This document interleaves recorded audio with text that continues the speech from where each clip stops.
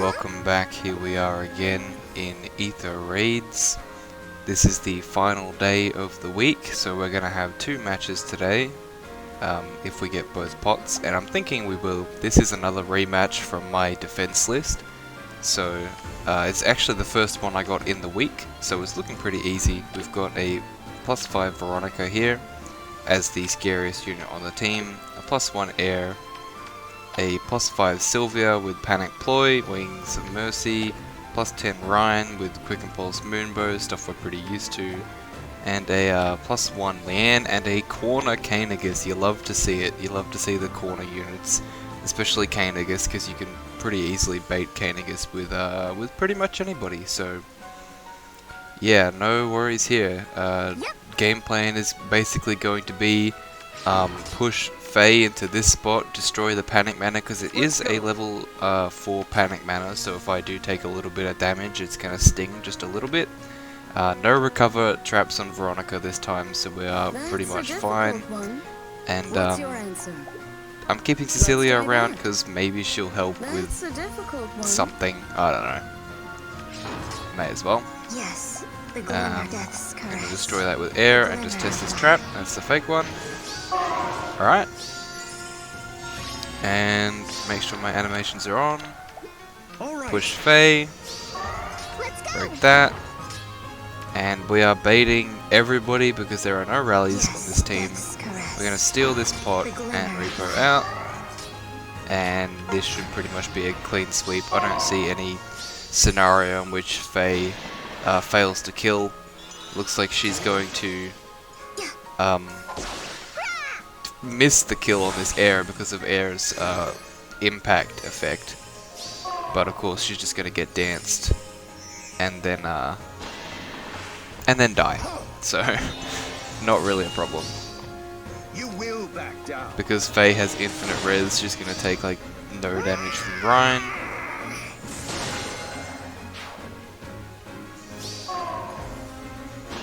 There goes Veronica, and Leanne is going to dance for that air. And then air will die as well. Pretty easy and simple. Actually, air is not going to die, it seems. Lucky girl, she gets to live. This may hurt just a little, but it's nothing that Faye can't handle. Alright. I think we're just gonna do that real quick with Faye. Gonna push her in to give the buffs. This healing tower is gonna mostly heal these guys up, but it doesn't really matter. What's your answer? At this point we have pretty much won. So here goes Leanne. Not exactly the most exciting match in the world, but that's what raid matches are for. Down easy. I wonder if this Sylvia will die. It looks like she will not.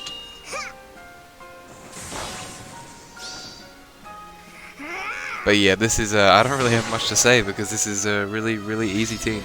Is this my reposition? Oh, it's my smite. I can just do this. Goodbye, Sylvia. What am I missing on Faye? Defense and speed? Well, speed doesn't matter. Yep. I think we'll just get that. Yes. And that. The glimmer of life. I think Faye will probably get this kill regardless. Yeah, easy. Easy clap. Alright. And there is game 1 for the day. Easy and simple. I don't think we can get to tier 27 this week because I played so poorly in the start of the week. But I think we can hit tier 26. We're in tier 25 right now, yeah, so we can do tier 26. Alright, so moving on, we'll do our next rematch here, which is with this Kainagus. I don't know what this team is, obviously, because I haven't played it yet. Tiki, Soto, Azura, and a corner cane. Alright, so it looks like this guy's basically put his most annoying armored units on a defense team and is hoping that that's going to be enough to carry. There is a healing tower, but it doesn't reach the back line, and it's also very, very snipeable. So I think this will pretty much be as simple as wait for turn 3 and then put Faye in range of maybe like here, so that this Tiki and Alm come and die, and I guess like one of these will probably come in as well. I know from prior experiences that my Faye takes basically 0 damage from this kind of Tiki. This Tiki is gonna have no weapon triangle disadvantage, as well as slightly higher stats because of Solitary Dream, so it's a little bit scary. How much res does my Faye actually have? 36, 46, 52, 58, 63 with current support, versus 57 attack effectively with the buffs. Which, I mean, effective damage definitely makes it hurt, but I think if as long as I doubled, I don't think we'd have a problem. Alternatively, I could try to bait from like, I don't really want to bait Soda though, which is the problem. How fast is that Alm? Not especially. 40 speed. Could I maybe do this with another team? Meh, I think the Faye team is still the best choice. Even though she's taking double effective damage, I'm pretty sure she takes still like 0 damage from this Tiki. It's basically up to how much she takes from this Tiki, so we're just going to quickly calc what this Tiki's attack should be. There's no way she one-shots, so it's going to be 57 times 1.5. So she's doing 85 damage. She'll do about 20 damage to us, roughly speaking. She doesn't double us, we double back. And I'm pretty sure with our like 70 attack we should kill her. It's worth double checking though. So we're gonna have 60, 64, 71, 71 minus 37, 71 minus 37, 34, okay yeah, 34 times 2. We are easily getting that kill. I think that's pretty safe, to be completely honest with you. I think that is pretty safe, and if worst comes to worst, we still have another rematch to take and another ladder to use this week. I don't think it's gonna come to that, but just in case it does. Just in case it does. Alright. So, what I want to do is I want to get this Dark Shrine. Alright. Before we initiate, and I obviously want to get this healing tower as well. We can do that, and that. Let's go. Let's go. This and this. Beautiful. That's kind of annoying, but oh well. Break that and that. Let's try that. We will just move the Cecilia around, I guess. So am I getting chilled by anything? I'm getting bright shrined? Of course. Let's go. I guess I am getting bright shrined. Okay, fair enough. I think in total I'm still gonna have way more than enough speed, and obviously the arm is gonna die in one hit. Alright. Yep. Yeah. Let's go. Looks like I'm not gonna double her naturally, but with QR we definitely get the kill, and in current range we also definitely get the kill. So she only does 33 damage. Yep. This Faye does 6, which is going to be 1. And then Alm will do a bit, but not enough. The glimmer of And that's going to leave just these guys. What's your answer? I think we'll move like this, and Faye will end turn. I'm feeling pretty confident about this. Alright, so Alm will go first, and because of the bolt tower damage, he will die. Yeah, Alm is still very fast. Despite my phase speed, she can't naturally double him. Alright, even Azura is going to get in on it with her wings. That's actually very handy. Awesome. Rawr. Yeah, that means this 12 damage. Yeah, wow. This unit, Fallen Tiki, is broken, guys. Fallen Tiki is the best unit in the game. Absolutely broken. To be fair, this is like that was a really weird build, and it wasn't very high invest at all. Let's go. Can I just kill this Surtur? Not quite. That's kind of annoying. That's a difficult I think one. after that, I'll be able to just kill the Surtur.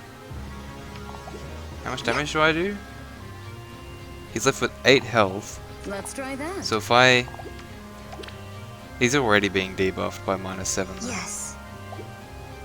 That's 51 a attack difficult one. versus Yes, 50, yes. but that's another 4. What's your answer? The glimmer of life.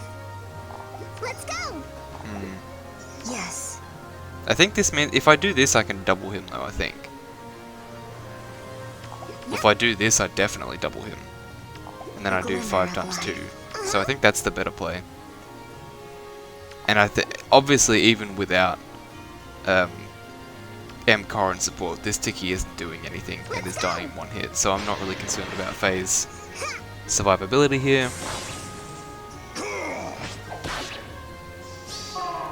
Death's curse. Down goes Surtur. Goodbye.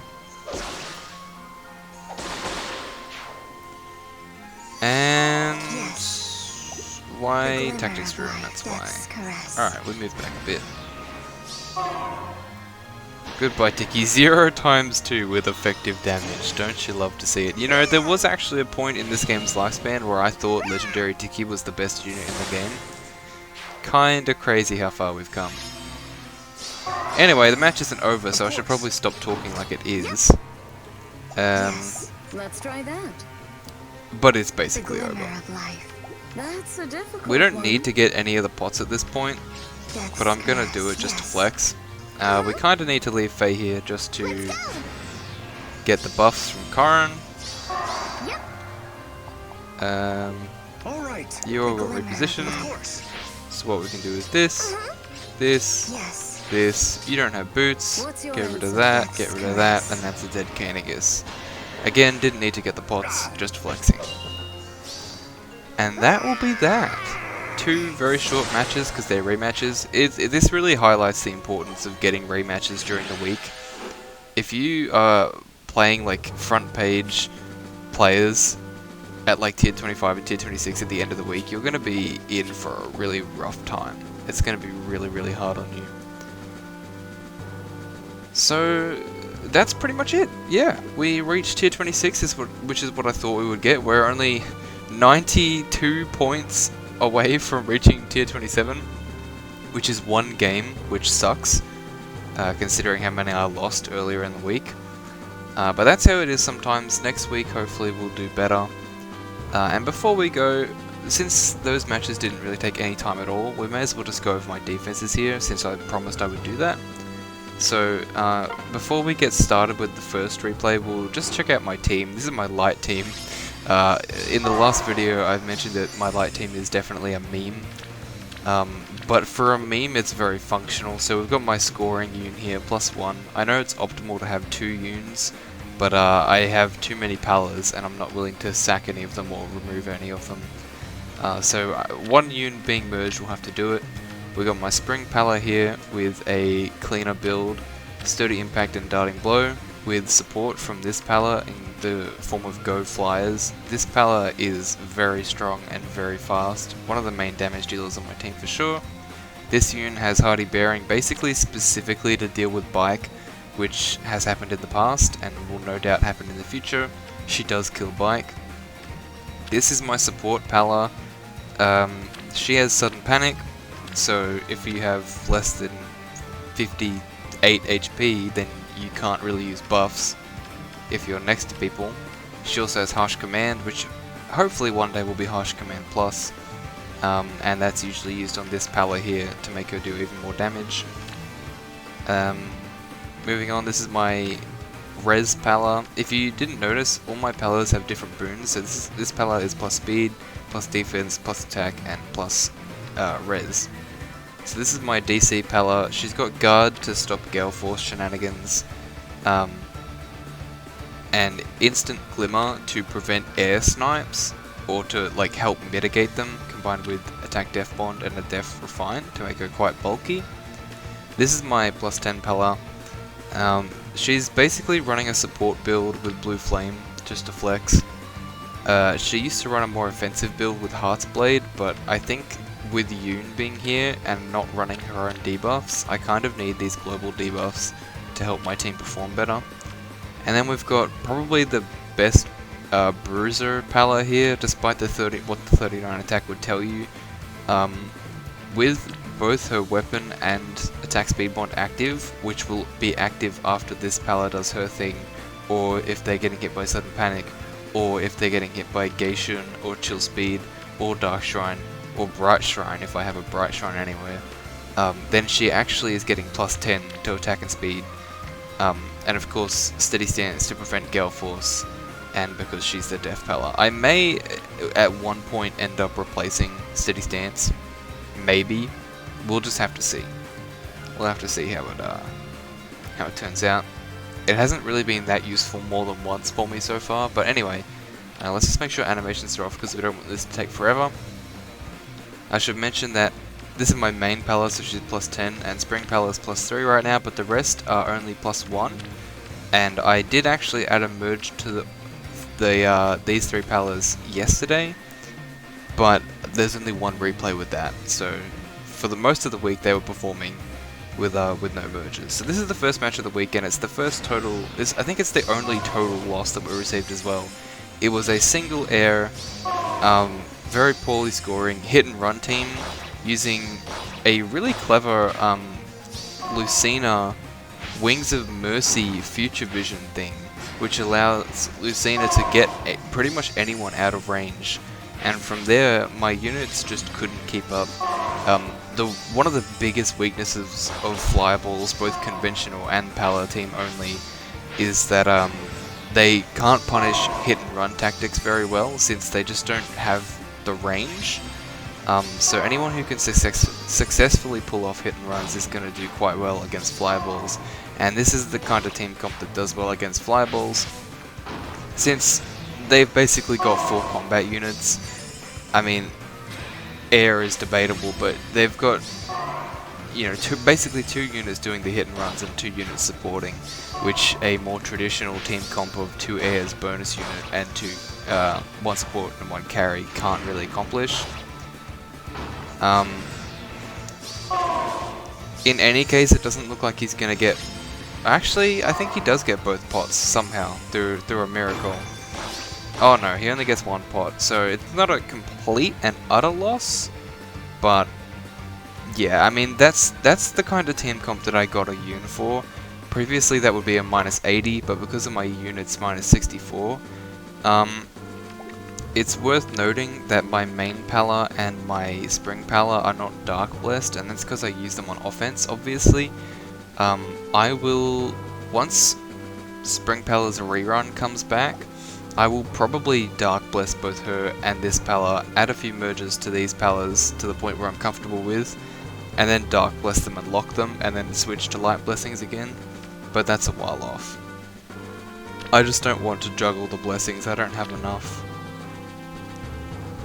Anyway, got a success here.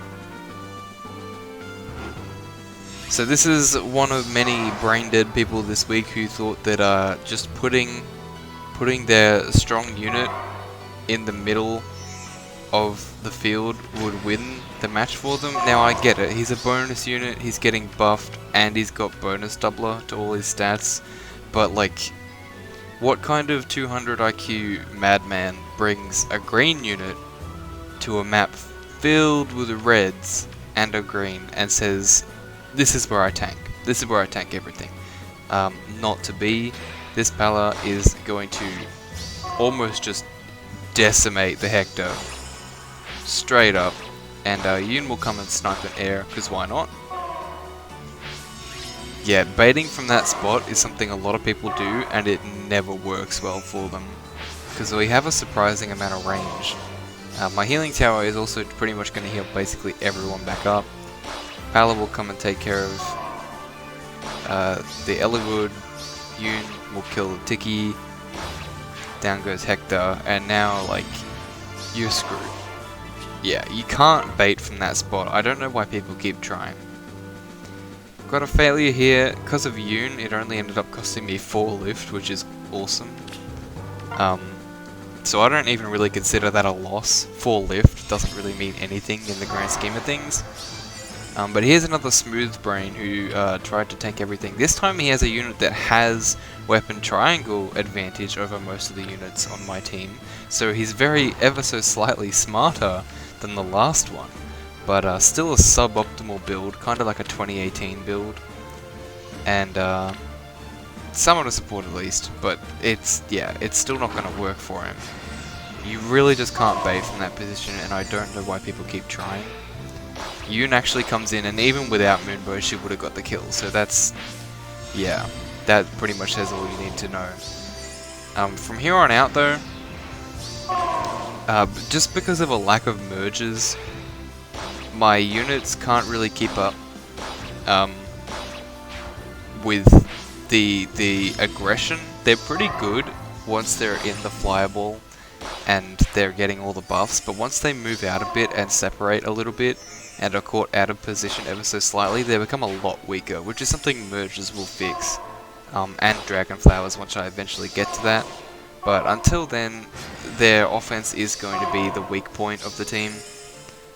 Even so, we're still going to have a tag team takedown of one more air, and from here, Thorseer is going to clean up the rest of them.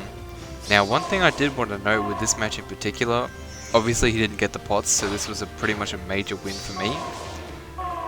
But one thing I did want to mention here is just how fast this bonus Thorseer is, because this Pala right now, because of her attack speed solo, has effectively 50 speed. She's really fast right now, 50 speed. This Thorseer doesn't even have any speed boosting seal or anything, but because of her weapon, she's hitting like 52, I think? 52 speed, and because of killing intent as well, because of the debuff, that's like 57. So despite being only +3, because of her bonus week, she's so fast. Would have been a kill anyway, because there was a dancer there still, but I would ultimately consider that pretty much a win. This was a fish, I believe. Yes, it was. No point in watching any fishing matches. Alright, we've got our first wipe for the week in Mimimi. And would you look at that, it's another glue-eating Enter Noe. Slightly better build with dull ranged. Doesn't really help versus my team though. Getting a few buffs in. Why not? Ally support with air. Not gonna save you. Not from you. When will those Noe players learn? When will they learn? Unfortunately, my Pala is kind of in the open, so she gets picked off. Actually, no, she doesn't get picked off. I forgot, this is a wipe. That guy just decided to suicide his air for some reason. And now he's got 2 green units versus 5 reds. I wonder how that's going to work out. And he's pretty much boned. I mean, what do you even do at this point? He's fucked. Pala will come in and just ruin his whole life. And that's it. Another full wipe the next day. We'll see what happened here. This guy tried to tank all of my Palas with his Robin. Now granted, it's a very nice Robin. Like, this is pretty awesome. But you can't really tank melee units with a ranged unit that doesn't have CC if you actually want to kill them. Because this guy didn't actually get any debuffs, Yoon didn't double, which probably would have done decent damage. But the problem with this team is he essentially just didn't have enough firepower to take out all my units. Like, Astrum is gonna fold to this many units here. Yeah, like, goodbye. Air's gonna take a big chunk from from my defense pala right there. Unfortunately, due to lack of merges, she's going to get taken out by a Versa. But my res pala hanging in there, fast and strong. And yeah, he's just going to get picked off pretty much one by one. The other air's going to go. And he just doesn't have the firepower required to take out this many palas that are right in his face. My res pala putting in work. She's going to go down, but this is pretty much it. My healing tower's put in a lot of work this week. Finally that Robin's debuff so he dies, and there goes the Versa.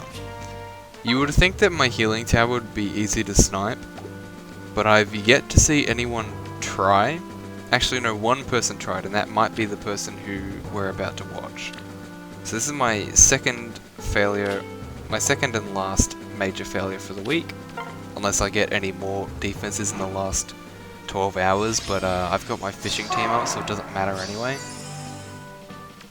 So this guy did a hit and run strat with his +10 summoner supported, +5 flowers, summer Tanner. I respect the dedication. I really do. This guy opted to not bring a bonus unit, which, I mean, fair enough, I guess. If you really don't want to build Astrum and you've got Cecilia already on Astra, I guess this is something you can do. But again, this team really struggles with hit and runs, as do most flyballs, and this is the hit and run comp.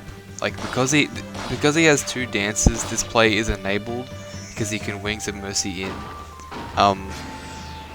I would call that a flaw of the map, but realistically most people are not able to bring 2 dances and a carry unit. Most people will try to score a bit better than that, so I'm not hugely disappointed. I don't know, like, most of my teams on defense struggle to play against suboptimally scoring teams. Like, I find this is a pretty consistent problem. Anyone who brings in teams that are more optimized for combat than scoring tend to do well against teams that I create, but that's just the nature of it. If you bring in like 3 combat units and score suboptimally, of course you're going to have easier matches. Like, that's just how it is. There's nothing that I can really do with my team creation to avoid losing to teams like this. But at the end of the day, I don't mind getting swept by a +10 Summer Tanner. That's pretty cool. My Res Pala almost putting in the work there. I think if my Res Pala had more merges, that might have just been a straight up kill. But this guy is unfortunately also going to get both pots, so this is the only total and complete loss that I took all week. But I can take solace in the fact, at least, that that he scored suboptimally while doing so. He was forced to not bring a bonus unit, or maybe he just chose not to. So that's like a mini victory in my book, but yeah, there will go my main Pala, and that's the end of that replay. This next match was also a fish. I believe I've shown it before, but just, you know, just for proof. And then finally, my last actual defense for the week. Don't need to worry about it for the rest of the week, for the rest of the 12 hours in the week. And he lost 1 unit, and you can see this Kainigus here, and you think you know where it's going, and you're half right. He is, in fact, going to put his Kainigus in the spot that everyone's put their tanks in the whole week. I don't know why people keep doing this. Why would you bait from here? Wouldn't you try, like, here maybe, where you're not in range of everybody, or like here? No one has tried anything like that. It's always just this spot right here. Don't know why. Anyway, moving on. He is going to put his Kainigus in the bait spot. Again, don't know why. He's waiting for Bolt Terror as well, which ends up not mattering because I have a healing tower that he doesn't try to snipe. So anyway, what do you think goes wrong? Place your bets right now. What's wrong with this setup? Pretty strong Kainigus, full health. What happens? Does Kainigus die? Ooh. No, Kainigus does not die. My Flyer Formation Yun comes in and snipes the air. And because Kainigus is a thick boy and he's giving attack smoke to everybody, he's not actually going to die. He does end up very weak, and this is kind of a losing position to be in. Like, I mean, at this point, with this many units around you, and you're this spread out, it is looking kind of bad, and he might have just straight up lost if he kept playing. But he chose to surrender, which is fair enough. Whatever.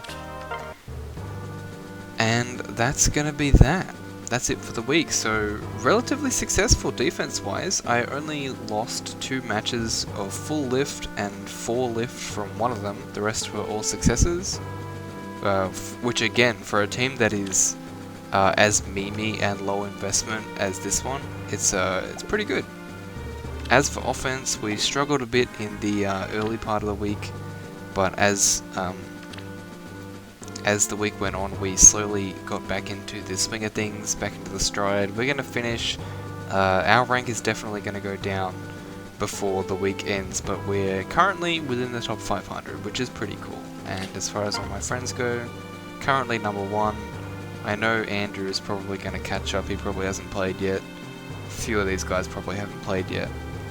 But yeah, fairly successful. Can't complain too much. Next week is going to be interesting with, I think, Halloween Hector as a bonus unit. So yeah, that will definitely be interesting to watch, since I already have one on my Astra teams. So that'll be that for now. I've kept you here long enough. Thanks for watching, and I'll catch you tomorrow.